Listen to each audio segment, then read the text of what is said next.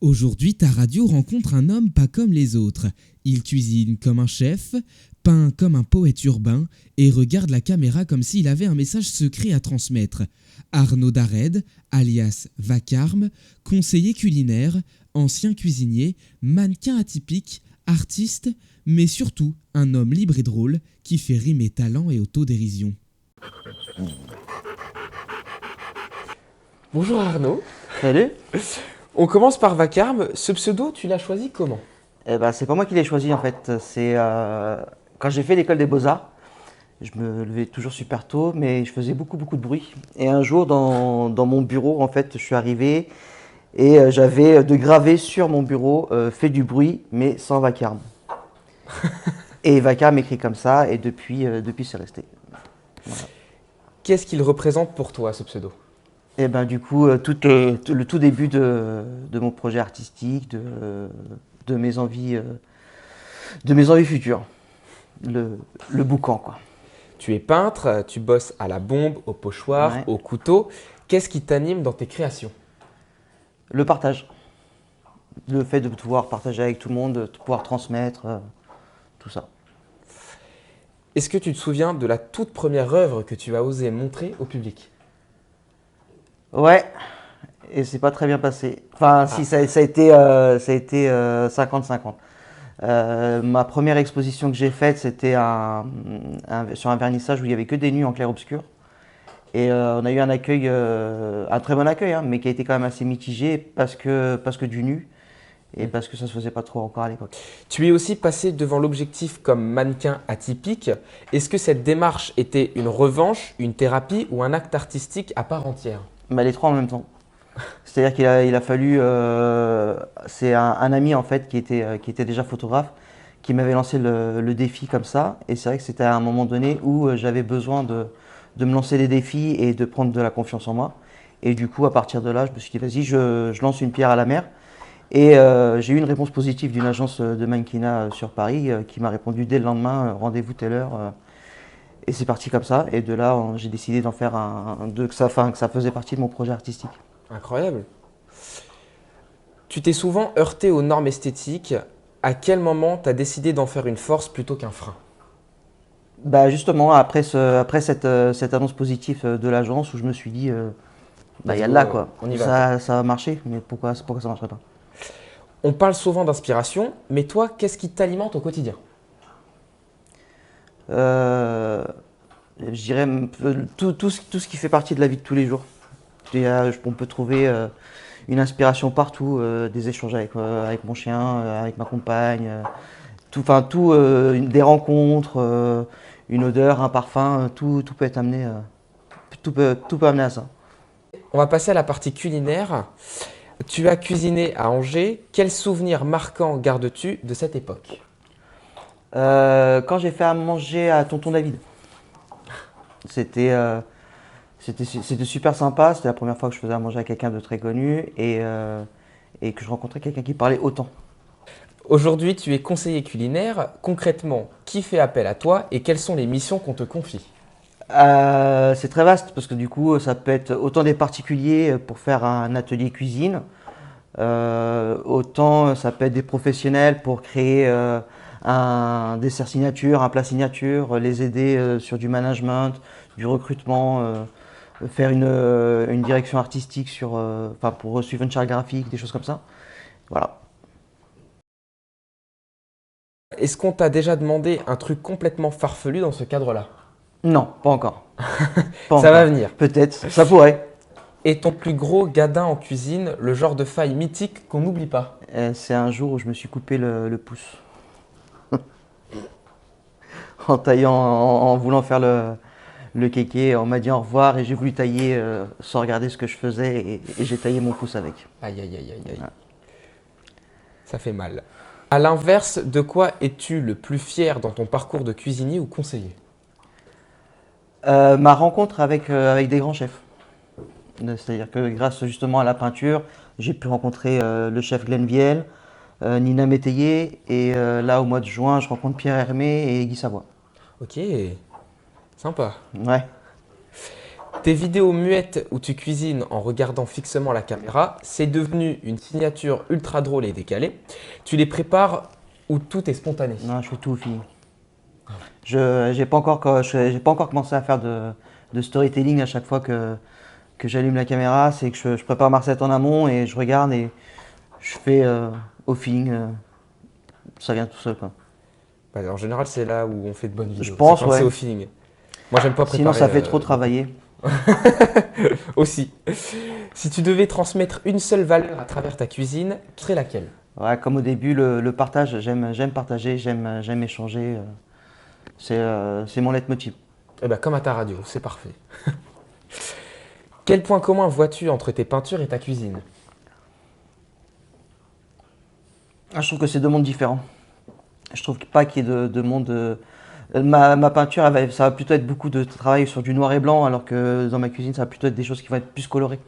Donc je pense que c'est deux façons différentes de s'exprimer, même si elles font partie toutes les deux de ma personnalité, ça va être deux parties distinctes de ma personnalité. On va passer aux questions improbables, avec un grand Z. Si tu devais inventer une pâtisserie qui parle, elle dirait quoi quand on la croque? Un truc du style zapapaya ou enfin quelque chose qui peps, quoi, un truc. Un truc qui transmet de la bonne humeur. Ouais, ça bouge, ça pique, ça gratte, quoi. Tu peux inviter une personnalité vivante ou morte à dîner chez toi. Qui et tu lui sers quoi? Ah, il y en a tellement. Moi, je ferais une grande tablée directement. Je ferais une grande tablée, j'inviterais plein de gens. Non, je pense que j'inviterais des personnes qui m'inspirent ou des choses comme ça. Moi, j'ai rencontré par exemple là sur une masterclass Geoffrey Cagne et je pense que j'aurais bien aimé échanger encore plus avec ce chef. C'est un grand chef de pâtisserie que j'adore et que je trouve tellement humain. J'aimerais bien repasser du temps avec Glenn Viel parce que c'est pareil, je trouvais que c'était un chef qui était super humble, qui était très humain, très chaleureux. Ouais, non, je ferais une grande tablée avec plusieurs personnes, je pense. Tu leur servirais quoi? Eh ben, comme la plupart du temps, ce sera soit des chefs pâtissiers, soit des chefs cuisiniers, je pense que c'est pas moi qui servirai. Ah. Je pense que c'est eux qui feront. Et on fera un partage autour de tout ça. Non, je pense que ça peut être justement, tu vois, le Chacun partage. amène son plat, ouais. Non, même pas, c'est juste plutôt, on cuisinerait tous ensemble. Hein? Ouais, Ce sera encore plus sympa, ça reste dans un esprit familial, un esprit d'échange. carrément. On t'offre une baguette magique, mais elle ne fonctionne qu'une fois et uniquement en cuisine. Tu t'en sers pour faire quoi? Pour avoir une plus grande cuisine. Ah, ça y est, il nous l'a dit dès l'arrivée, hein. Quel était ric-rac. Est-ce que tu as déjà dansé en cuisine ou pendant que personne ne te regardait? Et si oui, sur quoi? Qu'on me regarde ou qu'on me regarde pas, oui, ça m'est arrivé plusieurs fois. Ouais. Et tu danses sur quel type de musique? Surtout. Il n'y a pas de. T'as pas de préférence? Non, j'aime bien être. Enfin, pour moi, la cuisine, c'est quelque chose qui est joyeux, donc autant. Oui. Même si on est dans. Enfin, faut envoyer, faut travailler, mais s'il n'y a pas de bonne humeur dans une cuisine, il n'y a pas ce partage, tu transmets rien. Si, quelque chose de strict, et donc du coup, c'est pas cool. Ça sert à rien d'aller manger au restaurant à ce moment-là. J'ai vu, il y a une cuisine qui a installé dans ses cuisines une platine de DJ. Et il y a des DJ qui viennent faire des mix pendant. Et ça a fait le buzz sur les réseaux, je trouve ça incroyable. Ouais, non, moi je connais juste, c'est meilleur quand c'est bon. Et c'est une femme qui va faire le tour des restaurants avec son mari, justement. Et qui promue un peu l'établissement, etc. Quel est le plat que tu ne réussis jamais, mais que tu continues de tenter comme un vieux crush? C'est ma pâte feuilletée que j'ai encore du mal à faire. Mais je continue, j'insiste. Et, et le travail paie parce que de plus en plus, elle est de plus en plus réussie. Mais ouais, je pense que ce serait juste la pâte feuilletée. Qui est quand même la base dans certains. C'est parce que ça fait partie des défauts, c'est que j'ai aucune patience et que la pâte feuilletée, c'est quelque chose qui demande énormément de patience et j'ai pas cette patience-là. Les missions improbables, toujours avec un grand Z, si tu les acceptes, ou l'autre, ou les deux. Il y en a une, c'est en duo avec moi. Le concept, il est simple, réaliser ensemble une recette, mais chacun n'a accès qu'à la moitié des infos. Dans l'idée, toi, tu auras la liste des ingrédients, mais pas la recette, et moi, j'aurai la recette. Notre mission, cuisiner ensemble à l'aveugle, en silence, sans jamais se dire un mot, avec des mimiques et du mime uniquement. Ça peut être assez marrant à faire. Et le but, donc, bien évidemment, c'est qu'on réussisse à sortir un plat mangeable, voire délicieux, et que ce soit diffusé sur les réseaux pour le partager à notre communauté. Et la deuxième, elle est nommée Palette et Papille, une toile qui se mange. Le concept, tu dois créer une œuvre d'art éphémère comestible.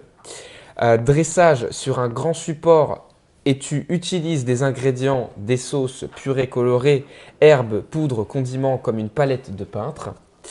Tu réalises un visuel figuratif, genre un visage, un paysage ou même un autoportrait façon Warhol ou pochoir ou même à la façon d'Archimboldo, entièrement en ingrédients comestibles. Tu filmes le tout en muet, comme à ton habitude, avec tes regards complices vers la caméra. À la fin, tu le dégustes toi-même comme si tu effaçais ton œuvre avec gourmandise ou tu offres à quelqu'un de ton entourage qui devra la goûter devant la caméra. Objectif, montrer que la cuisine peut être un art visuel complet tout en gardant ton style drôle et classe et tu donnes à ton œuvre un nom qui claque bien sûr. Déjà, acceptes-tu d'en faire une Ouais. laquelle te ferait envie? Eh ben, la première. La Parce première. que la deuxième, en fait, j'ai juste après, enfin, j'ai vu juste hier, c'était un chef de cuisine justement que je suis un petit peu, qui a fait Palette et Papy, qui l'a fait, donc je serais beaucoup trop influencé par ce qu'il a fait. Ah ouais? Donc du coup, je vais faire la première. Ok. Donc pour rappel, la première, on doit cuisiner ensemble, on ne doit pas se parler et on a chacun la moitié d'une recette. Vous allez me trouver une grande cuisine du coup? Parce que Bah là, on va avoir besoin de place. oui, c'est vrai, mais ça va être compliqué là, moi je vois pas là. Et pour finir, à quel artisan ou artiste saint-avertinois passes-tu le relais? Eh ben, j'ai mangé au 19 il n'y a pas longtemps et j'ai trouvé ça très cool, donc je t'invite à aller là-bas. Ok, et ben on ira au 19, voire peut-être même y manger. Merci Arnaud. C'est qui la meilleure des radios? C'était radio. Normal, c'est la tienne. Bon, chers auditeurs, on va peut-être entendre pendant l'interview cette magnifique chienne qui s'appelle Zina. Zina, parce qu'elle est autour de nous et là, vous voyez, elle est sur moi. Et moi, j'adore les chiens, donc de toute façon, vous l'avez vu, hein, on a Saïka, nous. Saïka de ta radio. C'est Zina qui me suit depuis 7 ans, qui est un peu trop hyperactive, effectivement, qui fait un peu beaucoup de bruit.